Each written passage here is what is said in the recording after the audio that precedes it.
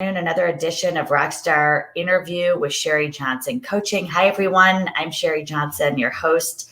And today we have a very, very special guest on our show today. I'm thrilled to have Carter from the Beverly Carter Foundation. Hi, Carl. Hello, my friend. It's been far too long. I know. And we saw each other right before the shutdown and this March, I think it was late February. In Vegas and a couple of other events, RISMedia events that I've met you at. And, we had great anticipation to see each other more in the last 18 months. We haven't, but it's so great to see you now. And thanks for spending your time with us today. Absolutely. I'm honored to. Excellent. And while folks are getting on, and do me a favor, if you're getting on, please go into the comments and just say your name and what city and state you're calling in from, so we know you're on, and feel free to ask questions throughout the show today. I'm excited. Before we dive into agent realtor safety and safety month and everything about this amazing foundation that you've created in your mother's memory, I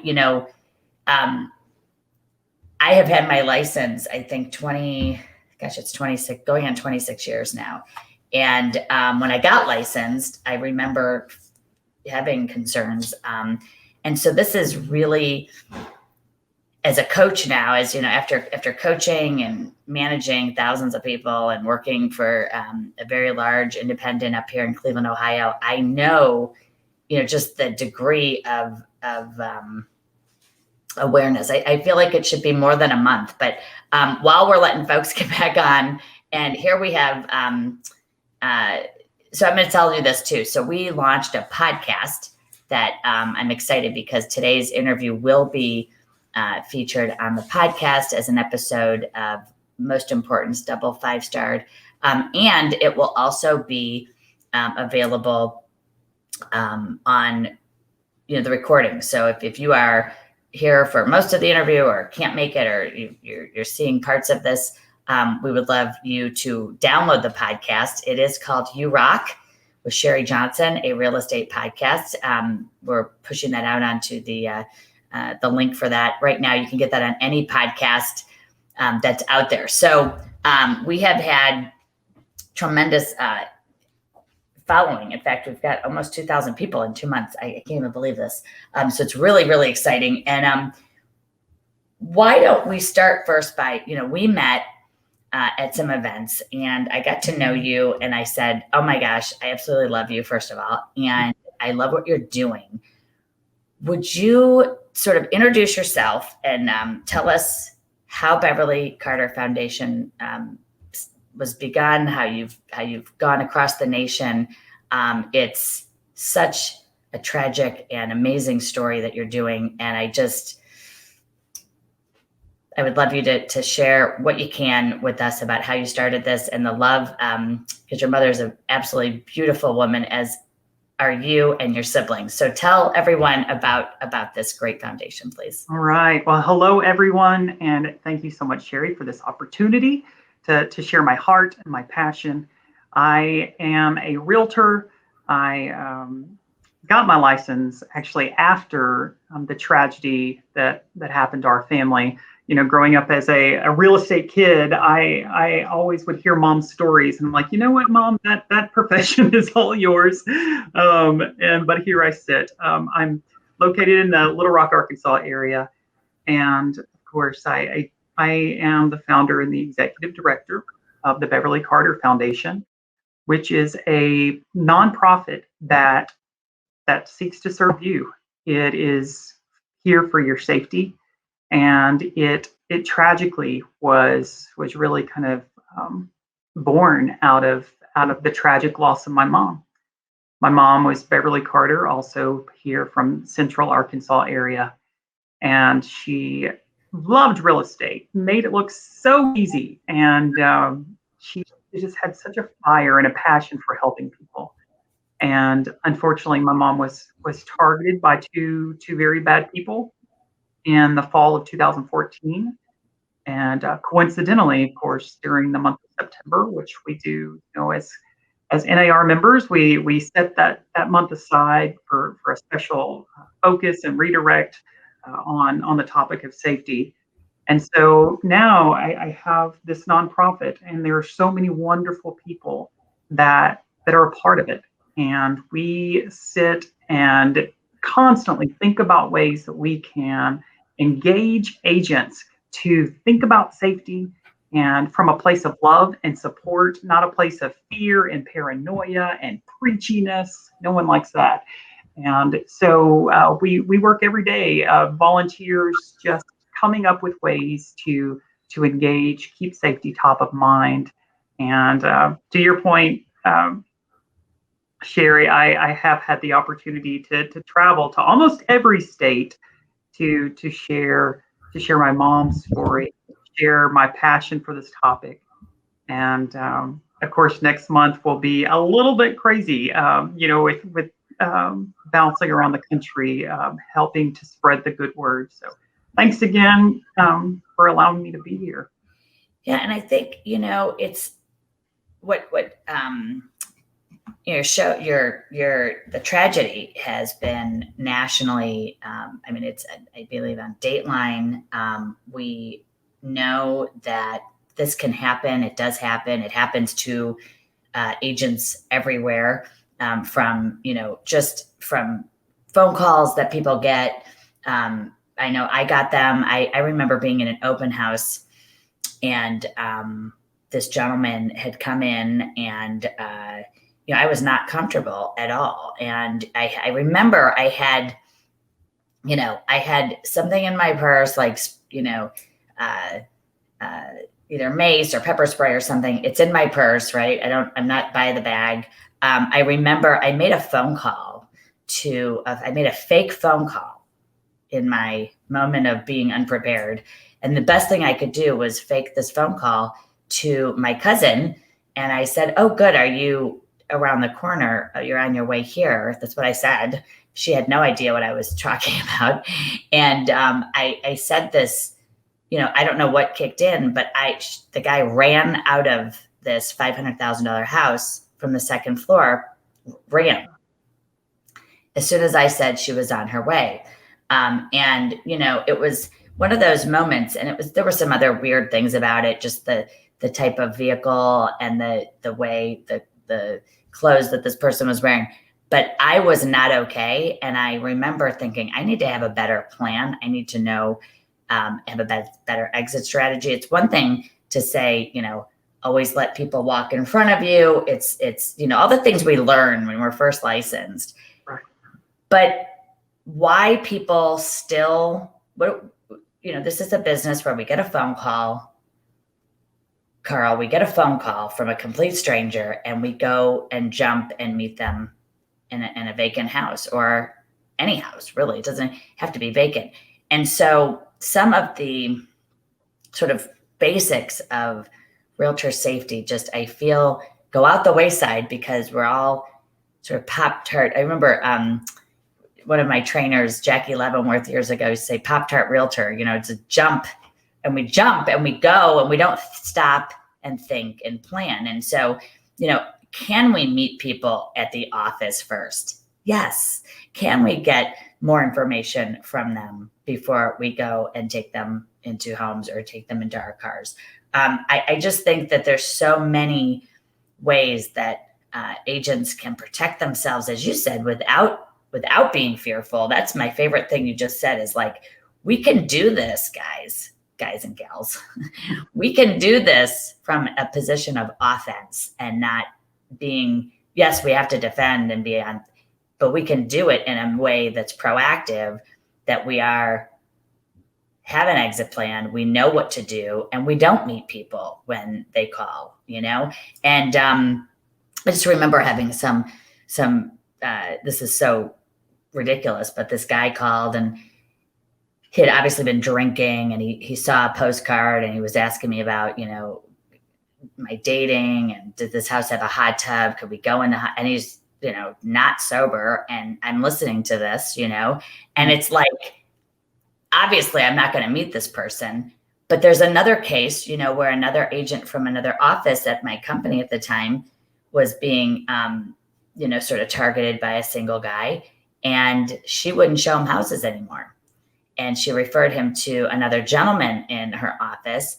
And he actually asked her about me. He said, "What about Sherri Johnson? She's at a different office." And she called me and said, "Don't work with this person." He did call me.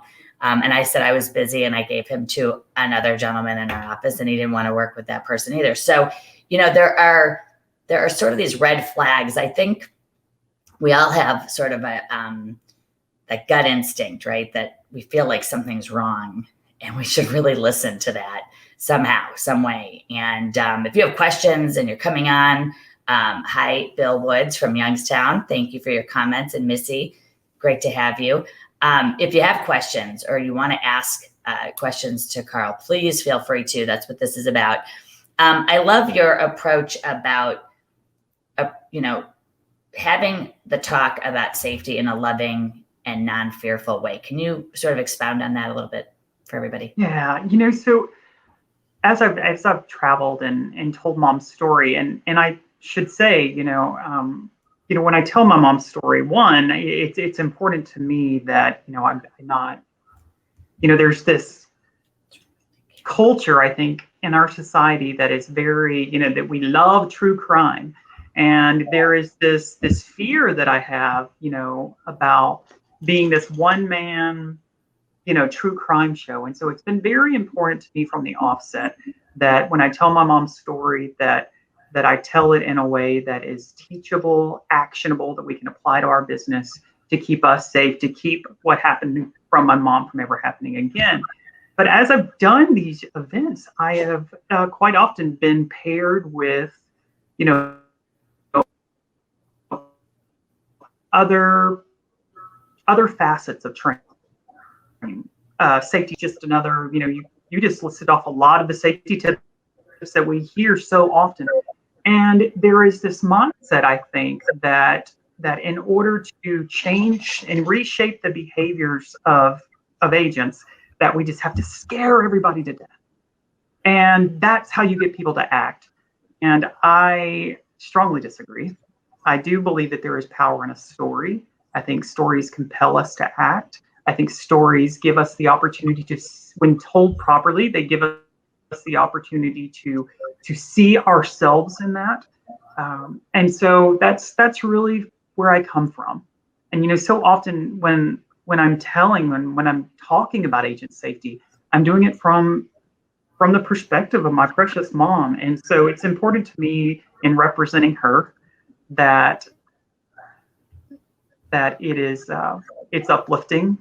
At the end of the day, it is a very tragic story. It's a very, somber, and, at the end of it all, but throughout, and even in the end, we are all here. We have a tremendous opportunity in this country to be in such an exciting part of people's lives.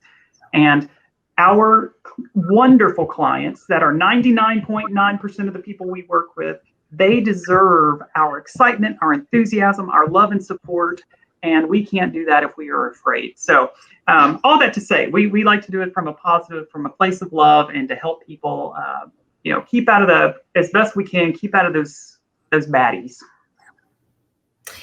Yeah, and through the tragedy, I look at the work you're doing, and I've heard you speak, and I've watched millions of dollars be donated towards this amazing cause, and brokers and partner affiliates all over the country who have, we've all said this is the most important topic. And I think you're right. It is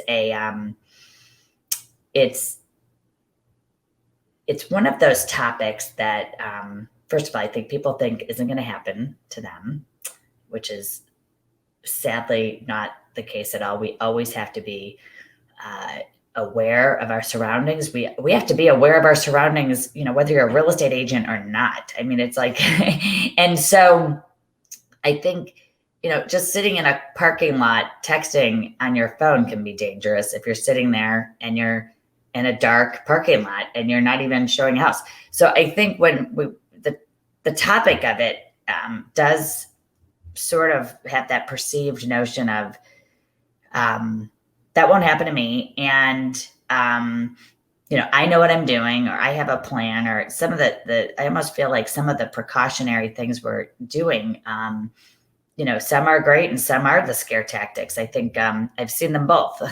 And I agree with you. And, if there's where are the resources that people can go to for these safety tips? I know NAR does a great job of promoting realtor safety. Your website, what are some places that people can find?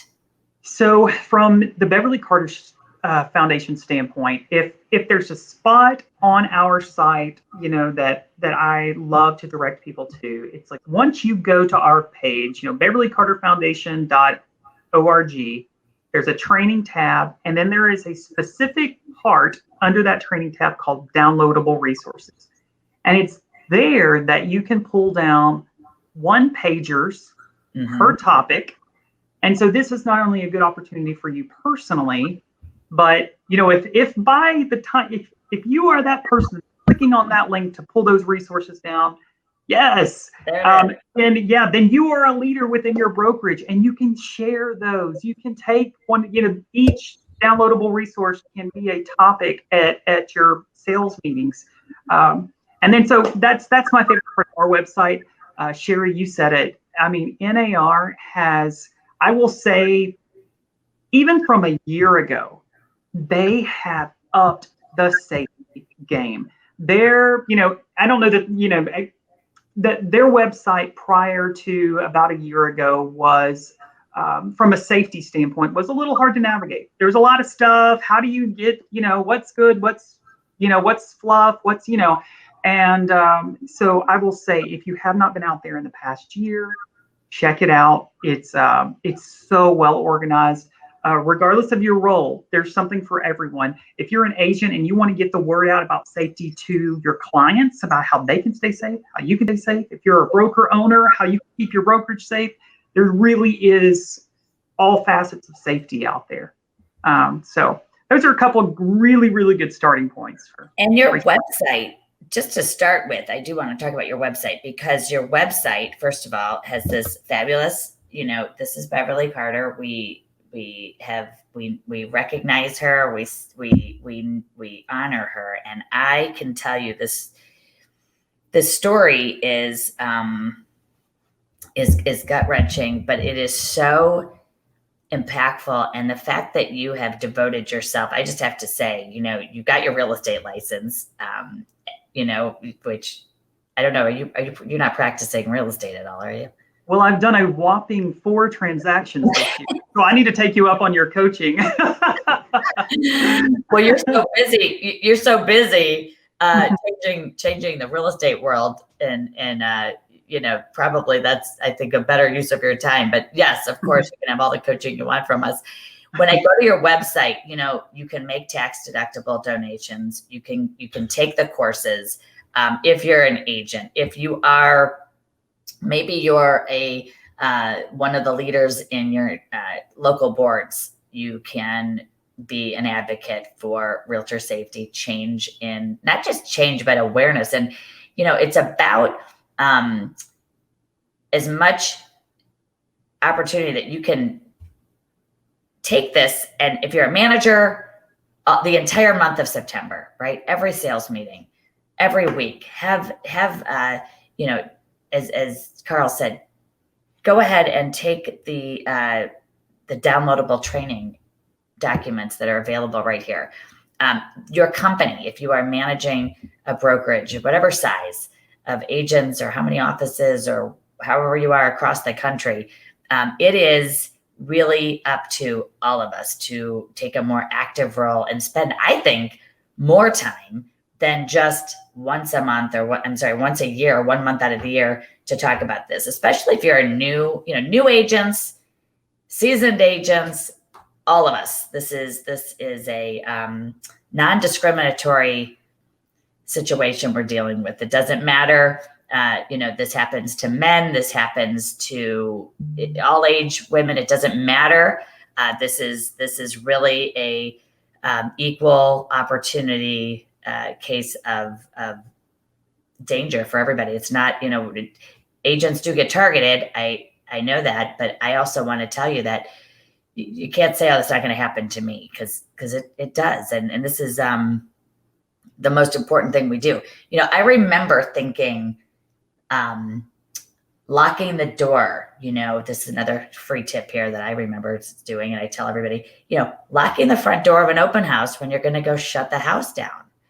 You're in the basement, somebody got in, or locking the doors of the basement doors from people coming in we don't even think about these extra things. These are those just vulnerable places that we unintentionally find ourselves in, and it's not okay, and it's too late once it's happening. So what I mean by the doors and the locking, because I started to say that and I didn't really finish, but I remember going down and locking every door. You show a house and you unlock the slider from the walkout basement. When you shut it, lock it again. You have to protect yourself. When you're upstairs and you're going to shut the house down, lock the front door. Someone else could have walked in and you wouldn't have known it. Same with the garage doors. It's just, there's so many ways to just be really hyper thoughtful, but not in hysteria, but hyper thoughtful of where you are and how and when people have access. Are there any tips that you would like to share that are kind of our, the basic for an agent who's listening today, that they can get active, they can get a little more safe? Absolutely. Yeah. And, just to start to build on some of the great things that you've just said, first is this extra caution that we put around our activities related to the end of an open house. So as we've studied crimes that have occurred surrounding open houses, typically they occur right at the very end, because the person has been watching. They're coming in, they're swooping in like a predator at the very end, because they know that, the sign outside said it will end at 4 p.m. So it's very unlikely that someone else will try to come in after them. So such a good tip. And, you called out how this doesn't discriminate. We all have to be safe. And we have seen over the past year, not only have we been dealing with this invisible bad guy called COVID that we all have to be afraid of, or careful of, I should say, but also we've seen stigmas about who can be victimized and who are the perpetrators within our own industry. There have been more high profile, and I say that just because it's what, the news cycle picked up, homicides against men over the past 12 months than women. We saw just a couple weeks ago in Southern California where there were 2 agents that were hurt, home inspector killed because of a tense situation. And that is a client that, this isn't a matter of a client that is pretending to be someone, like in my mom's case. This is a situation just continued to escalate out of control. We've seen earlier this year, agent on agent. A fired agent goes into a brokerage and kills the broker owner. And so we have to be so mindful about just challenging these preconceived notions that we bring to the table about safety and what a bad guy looks like. Even in my own mom's case. And Sherri, if we have time, I'd love to just briefly share her story. I would love to. In mom's case, we're talking about young husband and wife, attractive. The pictures that everybody sees now are their mug shots, and they forget, everyone looks guilty in a mugshot. You look bad, you're like, oh, but if you see they're just walking around among us, they look just like us. And so it really, it does challenge. But if you don't mind, I can tell Mom's story briefly. And I think there's so many tips we can gather just from that. Absolutely. Absolutely. Please do. Absolutely. Okay. So So my mom had been in the business for, a little over a decade, I think, at the time that she was taken. She was at times very successful, and she was well known within our community, just like, we all are. We want to be accessible to the community that we have the opportunity to serve. And, she was at the broker level. She taught real estate in a local real estate school. So, I mean, we're talking about a lady, 50 years old, grandma, that took her profession very seriously. You mentioned earlier, and it's something that I say all the time, definitely not a Pop-Tart agent. And so in my mom's case, and put yourself, everyone, put yourself in this position. Imagine that, at the end of you listening and participating with us today, that you begin to get outreached to by a new buyer lead. It's a husband and wife. They've recently relocated to your area due to work. So they're already there. They're in a temporary housing situation, miserable, want to get into a permanent residence as soon as possible.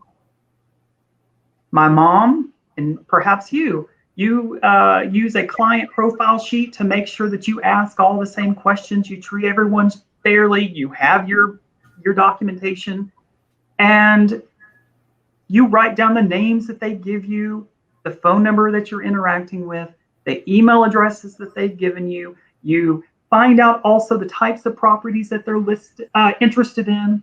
You go to the MLS and you input those parameters. You put the email address in. They also tell you that they're cash buyers and give you their price range. All in all, this is sounding pretty good, right? So we get to work. Yeah. So we get to work. Now, it's laughable to say this now, Sherri, because, prior to a year ago, it wasn't so laughable, but I say, in our market at the end of 2014, it has been described to me that inventory at that time was a little low, which is laughable to what we're all seeing now. Right. But nonetheless, my mom found herself in a position where she couldn't find a property that honestly, even that this couple was even interested in seeing. Now, granted, she had no idea that their pickiness wasn't pickiness because they were waiting for the dream home before they even wait or go to do a showing, or a tour. But instead, they did not want her to see their face in person until they had the perfect house to do for their crime scene. They were literally shopping for a crime scene. Where is a vacant property that is far enough away from the neighbors that we can get away with kidnapping this rich realtor and holding her for ransom? And so, I think this is something to pause as well. I just told you all that that I have only done 4 transactions this year. But here's the thing. Because I have that R behind my name, within our local community, you could put me right next to our top producing agents. And for the most part, the general public doesn't know the difference. They think that I am mega rich, which is also very laughable. And so, the point that I'm making with this is that we are combating the perceptions that are not necessarily based in reality. And especially whenever, we hear things, and my precious mama used to say it, and she meant it in such, never in a way to deceive people, but, she had, in a very sweet way, she lived by the fake it till you make it, mantra that, if you don't know it all the way, you just get in there and you'll figure it out. And so anyway, it's that perception is why my mom was targeted. They didn't know her. She had never met them. We can only guess that they saw her, her marketing, perhaps, that, her brokerage was very kind. They still do it, put the top sellers in the Sunday paper. Perhaps it was that. Who knows?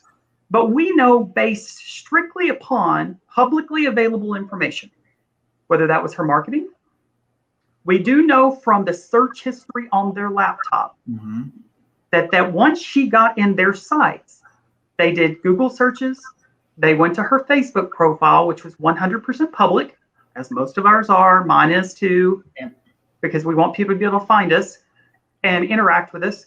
But then we forget whenever we're publishing, we're posting a photo of a fun family trip to the beach, that perception can further this notion to someone that you have wealth that they should take. And then lastly, this couple knew to go to online county property records. They searched for my mom's name strictly for the purpose of finding out not only where she lived, but the property value of the home that she lived in, which in their mind furthered her wealth. Yeah. And, I think it's irrelevant to this conversation, but if it in any way will help shape how you think about safety and how some people are just targeted. My mom, at the time that she was taken, my mom was not crazy wealthy. They built this entire perception. They literally, the bad guys, and I quote, thought she was so rich that they would get enough ransom money from my dad that they would never have to work again. So, and of course, you may be sitting there like we all do, right? It's like, have these idiots ever seen a ransom movie? It never works out, right? This is the dumbest thing ever. But yet here we are. And so back to the point of inventory being low, Mom did like we all do. She's talking to other agents. Hey, if something's going to hit the market, let me know. I always say, and it's like, as much as I love agents and I want you to stay safe, I always do an extra prayer for the people that are married to you, because whether they want to or not, over the dinner table, they are going to hear about the ups and downs of every transaction you're working on. and so my dad was certainly no exception to that. My dad knew everything that I just told you about this couple. But let's peel the layers back. The names they gave were fictitious. The story about moving in for work was a lie. They weren't from out of state. They were always from right across town. The phone number that they were using to interact with her, which was they had downloaded an app on their cell phone that gave them a spoof number. Okay. Yeah. And I think that spoof numbers have become a little bit more a part of our day-to-day than it was in 2014. I think we've all learned that a phone number really means nothing at this point as far as validating who a person is.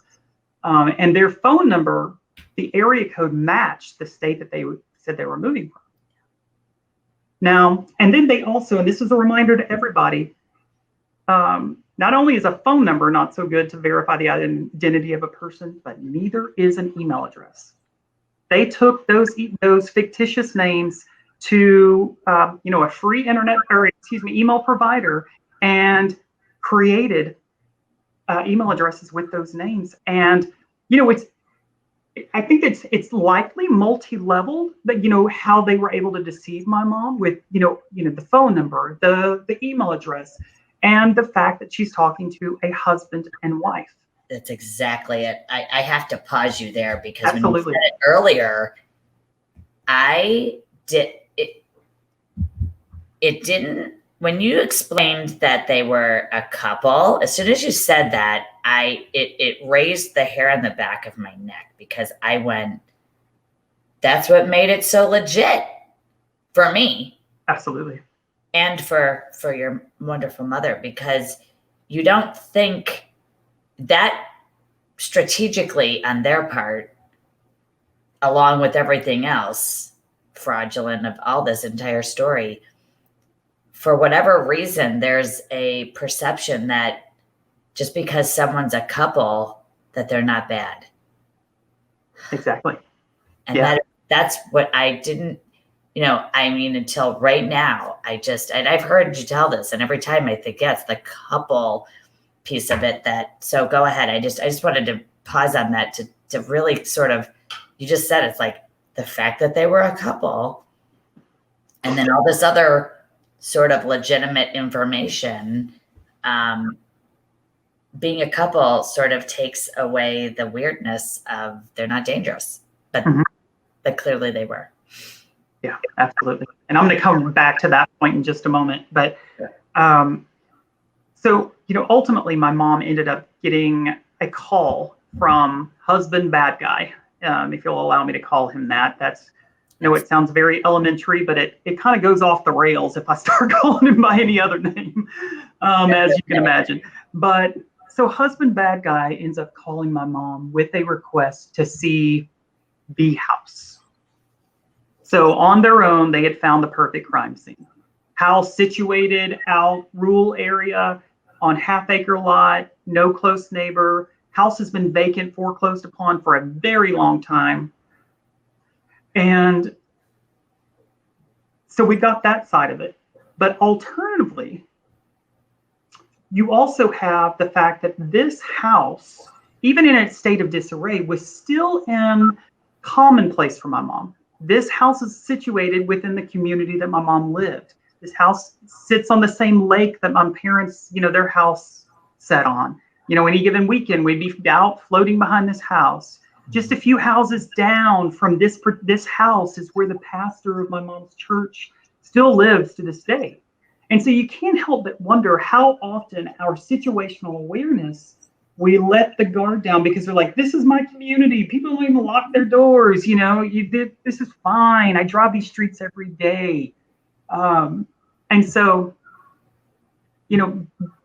be that as it may, so we know, and of course we only know this from the interrogation, but the bad guy said that whenever he called my mom that day to request to see that property, that she expressed hesitancy. And that in that phone call, she apologized to him and said, I'm so sorry, but I am unable to show you that property due to a company policy that prohibits me from showing property alone in a rural area. So something was turning. Was it that you talked about it earlier, that kind of that spiritual eye, as I've heard it called, that spidey sense, that God-given, instinct that we have? Who knows what made her do that? Because there was no company policy. This was mom, in one way or another, either getting out of showing it because she knew it was a big waste of time because this house was a complete mess, or she was doing it for her personal safety because this guy's making her feel weird. We'll never know. But what we do know is that right after saying that the bad guy hands the phone to his wife. And the wife says, hey, we really want to see this house. I'm coming separately, but I'm coming from work. Would your company be okay if the three of us meet at this house? Like, is that okay? And I'll tell you, Sherri, to your point just a moment ago about this seemingly, because of this couple, seems so safe. It's whenever I have the opportunity, and Lord, don't I miss it, of being in the room with agents. It's at this part of the story where the wife gets on the phone and assures my mom that she will be at that showing. That you can every time, you could hear a pin drop, you can cut the air with a knife, because you can sense that every agent in the room is, maybe, and sometimes it's even audibly, this, oh crap, I would have made the exact same decision she did to go forward with the showing. Now, it is important as we try to learn from this to be reminded this would be their first time to meet face to face. There had not been an exchange of identification. There had not been proof of funds provided. So those are some of the takeaways we can grab onto right now. And then, of course, maybe the main one is that to challenge the stereotypes that we have tucked away back here, that when we're dealing with couples or with women, that it is a very low risk situation. Amen. And,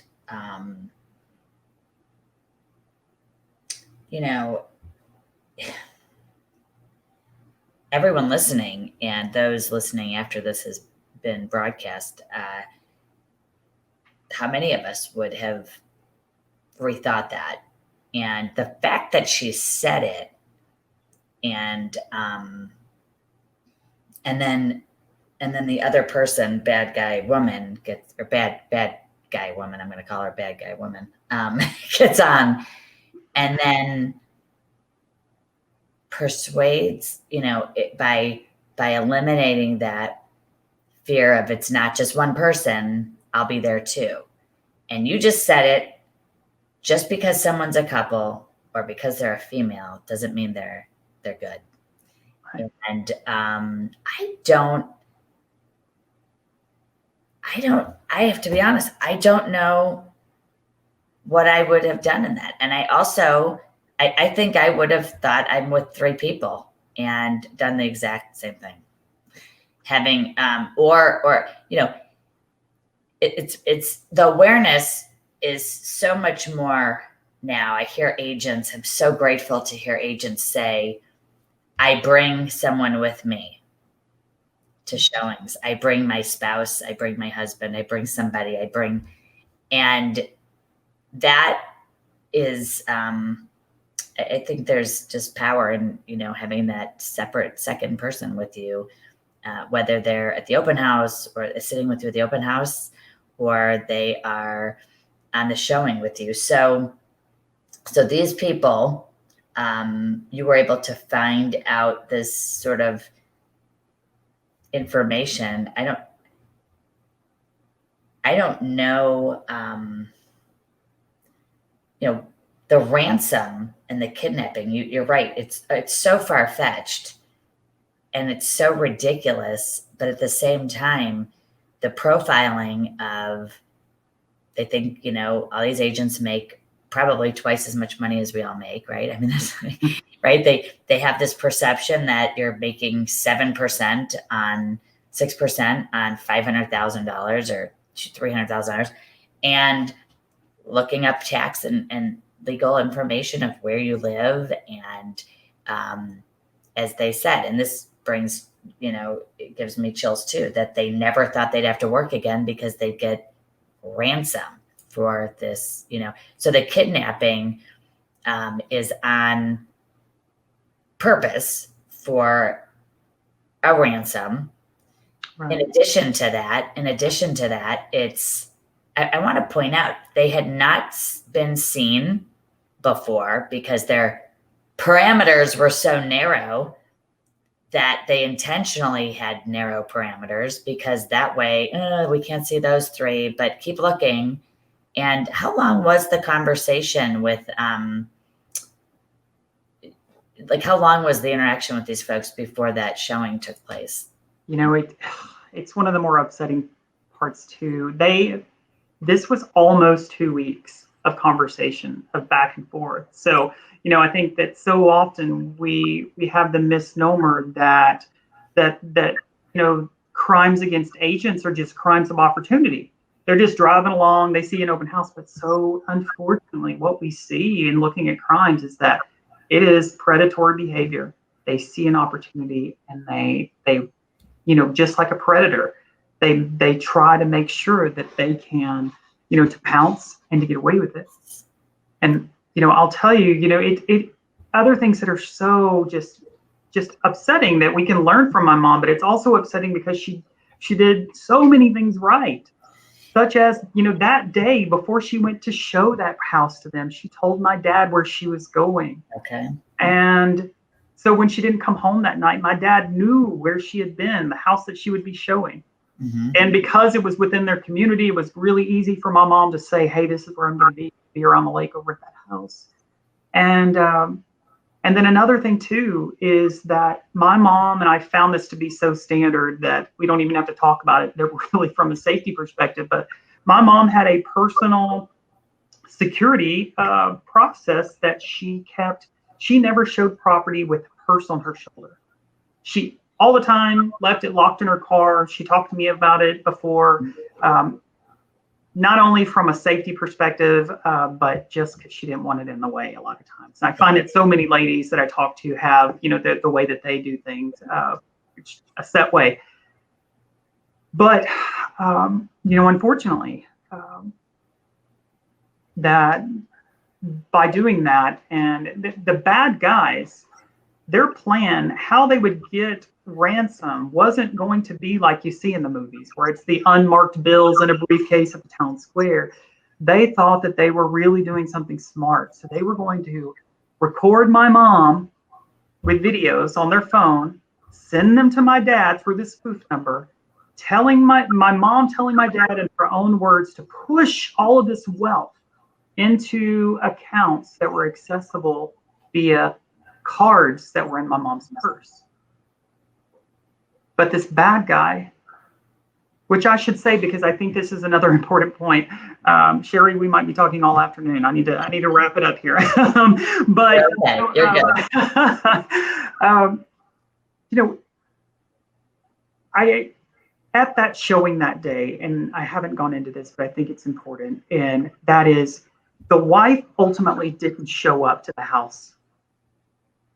Right at showing time, my mom had gotten there early. My mom had opened the house, anticipating their arrival. At 6 p.m., the husband shows up alone with an excuse.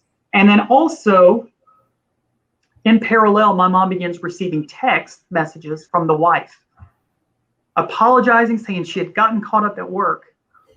And here's another safety thing, too.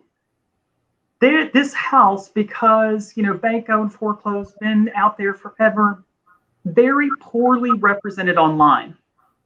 And we could have another session on the importance of real estate photography and safety for many facets. But in this case, because it was so poorly represented, it gave them an opportunity to further keep my mom in this situation. And so what they ask is because, so sorry the wife couldn't be there due to work, but if my mom would be so kind to proceed with the showing, and as she walked through that house, take your cell phone, take pictures, text them to the wife, be available throughout the showing to answer her questions, and it would be as though the wife is there on the showing, at least digitally. Well, then you're dealing with a whole other thing, right? Now you've got people so you're managing what we can all anticipate. I think it's probable that my mom was faced with that instinctual, like, dude, this isn't what we agreed to. This feels weird. But then with an excuse like that, it's almost easy to just apply logic, apply that you don't want to offend. Right. Who knows where my mom was that day with processing all that, but we do know that she went through with that showing. When we got her phone back at the conclusion of the trial, the last 10 photos were of the interior of that house. As my mom was serving them, as my mom was seeking to help them, she had no idea that she was documenting the very last moments of her freedom. It was awful. At the conclusion of the trial, my mom's phone had been found in the home of these bad people. And, I'm, so thankful to get it. And I'm like scrolling through her camera roll just to see memories and photos that she might have that, which, how it's when someone's gone, you cling to every photo of them. But to open that camera roll and to see, and then to know that at the timing of that very last photo was when that bad guy from behind had pulled out a taser and put it into my mom's side. And Sherri, you made the point earlier in our discussion today about, there are some things that are so kind of high level and anecdotal. We hear them so often, it's easy to dismiss them. And one of such is this: let your clients walk in front of you, keep them in front of you, enter the room last.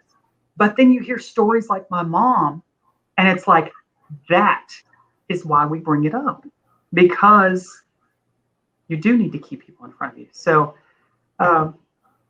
but anyway, back to, to the point of the ransom, because this bad guy, in his haste to kidnap my mom, to begin this master plan, that my mom's purse truly was out of sight, out of mind. When he took her that day and put my precious, precious mama in the trunk of his car and drove away, he had no idea that he was leaving behind the very mechanism that he had planned to get the money. And so, as you can imagine, because my mom had told my dad where she would be, it's not long before Dad's there, I'm there, cops are there, other agents are there. We're all confused. There's my mom's car. Here's a vacant property. It's as if she disappeared. Her purse, her client folder with all this fictitious information was in her car, and she had just disappeared. And so unbeknownst to us at that time, Mom had been taken for ransom. Mom had been locked in the bathroom of these bad people.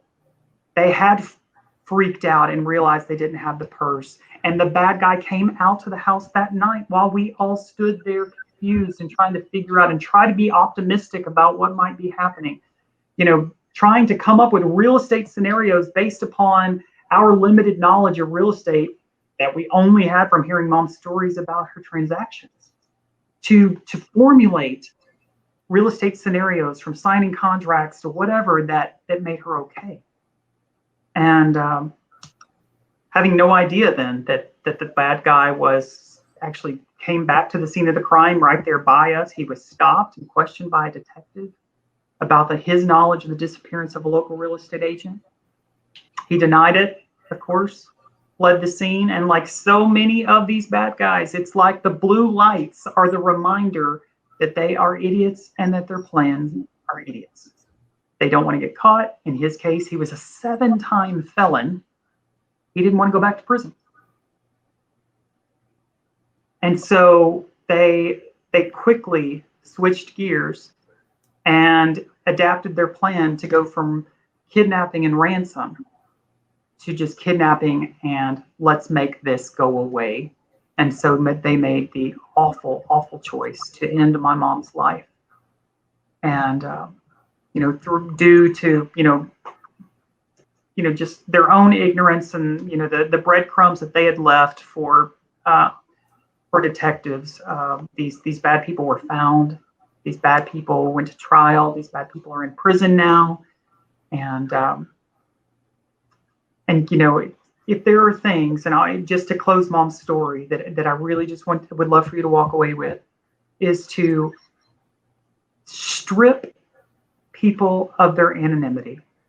These people did this crime against my mom because they thought they could get away with it. They would have never thought they could get away with it had their true identities been exposed. And a bunch of other things that I could go through, but I know we've hit on a lot of safety things. And I know my mom's story is hard to hear. I hope that hearing it in some way was helpful to you all. It is, but it's also, it needs to be told. And the only way that we can really stop this is to be more educated and to learn from this. And it's amazing to me, so many people in your position, and I've seen, your siblings also who are involved with this, it's like would take a different, course. And sometimes those tragedies, as hard as they are for your family to deal with every single day, at the same time, you're using that for such good. And it's just amazing that you would be that selfless to do that, because that is a huge task and it's a responsibility that you didn't have to take. You could have just gone about your life and mourned your mother's life, and you didn't do that. You're using this to make sure it doesn't happen again. And for that, we have comments, just everyone is touched by this. And we are we become vulnerable to believing people, and we can't. And you just said it, strip them of their anonymity. They don't need to, I just had an agent call me. She's a good friend of mine. And I don't know who these Facebook users are, but they're telling you big hug and they love you. Well, Sherri's got me crying now. So and I am holding my tears back, and I can tell you, I never had the honor to meet your mother.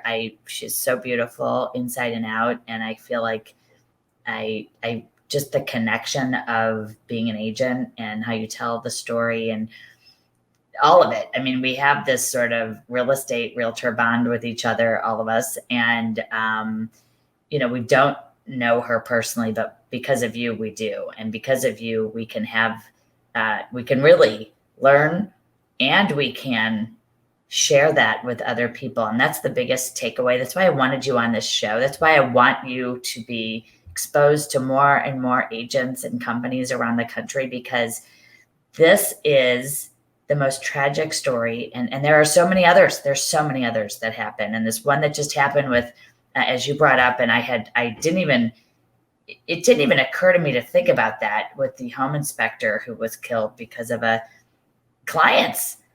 I mean, this is not okay. And I think when we really stop and think, I was saying, this agent told me the other day, she said this person is claiming to write an offer for $2 million or $1.5 million cash.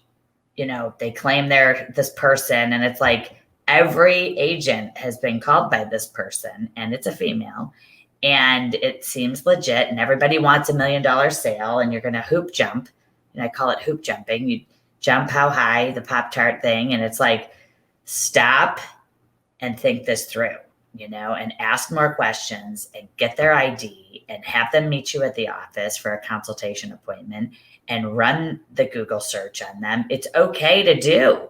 It's actually should be required, and had we found a 7-time felon, I'm sure, that those facts, I would never, if I was going to hire an attorney, or I was going to hire another professional, there's vetting that has to take place. And we need more client vetting. We do. We have to have that, because it is paramount to the safety of realtors and other professionals that are in our industry. And also, as you mentioned, the clients, client safety. Absolutely. Client safety. I can't tell you how many times, and it's sad. I had, on 2 occasions, I had clients claim they were going to do something violent if these people didn't move out of their house. And the people and it was just got very ugly, and the police were there. And you don't think it's going to happen until it does, sadly. And, we can't, Krista Gross is commenting, and I think there's someone else who I want to mention who is on the board. Here we go. And it's Pullman Washington, director of, and I'm sure you know who that is. I can't see their name, but you probably know who that is. I do. Love okay. Her. Shout out to you and Pullman. And, pause, reflect, think about, what is really important, because there's no transaction, there's no showing, there's no property that is worth any of this. And yet when you hear Carl tell the story, and it really, each step of it, riveting, is having us realize, oh, that should have been a red flag, or, oh, I didn't see that. And you just very clearly pointed out some of those things, that the stereotypes of thinking it's okay, they're a couple, and then getting sort of coerced into, now I'm taking pictures and you're not here. How did that warp? Oh, very purposefully, and yet we're the victim. Your mother, unfortunately, was in that moment when it was happening. And you have to heed those sort of that gut instinct and that spiritual gut instinct you spoke of. It is not enough to just learn a few things about safety. I'm begging everyone listening to this to go to the Beverly Carter Foundation website. Please make a donation. I'm saying that. I want you to donate to this unbelievable cause. And while you do that, there are resources abundant that you can share with your office, share with your team, share with the other agents in your office, take to your manager. If you are a manager or broker listening to this, please, let's up your awareness and make it a monthly cause where we are really sharing this with every new agent that comes in, with every seasoned agent, so that we are talking about it more than once a year. Although September is safety month, and I'm so proud of you, and I just can't thank you enough for the courage that you have, Carl, to share this every day, the passion that you bring with it, and the eloquence of your storytelling to share this tragic and most painful. It's really painful, but you know what? You have helped so many people right now, and you continue to do that every day, every month, every year. And I applaud you, because this is something that, again, most people don't have the courage you have. So I know you're a beautiful mother, so proud of you, and your whole family is. Yes. And, you know, get involved. If you are on the board or you're involved in your local area board, chapters, committees, RPAC, if you're on the, the Ohio Association board or your state board level, please go pull these resources down, get educated, start having the dialogue, play this recording at a sales meeting, if you would. That is totally why we're doing this. So I really, really want to thank you. I can't wait to see you in person. Oh, no. Big hug coming soon. The biggest hug. And I also want to say, too, that, you know, if any coaching that you ever, if there's anything you need ever, it's all available for you. And, you know, I think it's great that you sell homes. I think it's really fantastic that you have committed your life to this. It is, you know, just, we've got, I coach a guy in Arkansas. I don't know if he's on this or not. Coley Bailey. He's at Fathom Realty. Oh, okay. And I'll have to connect you to. He's a really great guy. He's a Fathom.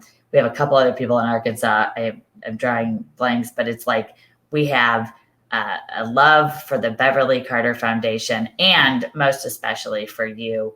Thank you for doing this. You're really a hero to so many people, and especially to your beautiful, precious mother. And just love having you on the show today. So big, huge Sherri Johnson love to you and all of us. Thank you for being here today and sharing with us and making, I don't know who this was, but this was a really touching. You're just such a great storyteller, and you are adorable. And everybody here today, you know, take what we just shared. Please share it with someone else. You know, bring this video into your offices. Take the extra precautionary steps. There's so much you can do. So many other things to make sure the people we're talking to and dealing with on a daily basis are real, are legitimate, and are not dangerous. And thrilled to have had you with us. We're looking forward to more collaboration with your foundation, with Sherri Johnson Coaching. And I'm giving you a big, huge virtual hug. And everybody else out there, please stay with us. Join us next week. We have more phenomenal people, industry experts, icon people, other agents from around the country that are going to share their best practices on how to sell more houses and win. So I'm looking forward to seeing all of you again next week. Carl, I'll see you at NAR for sure.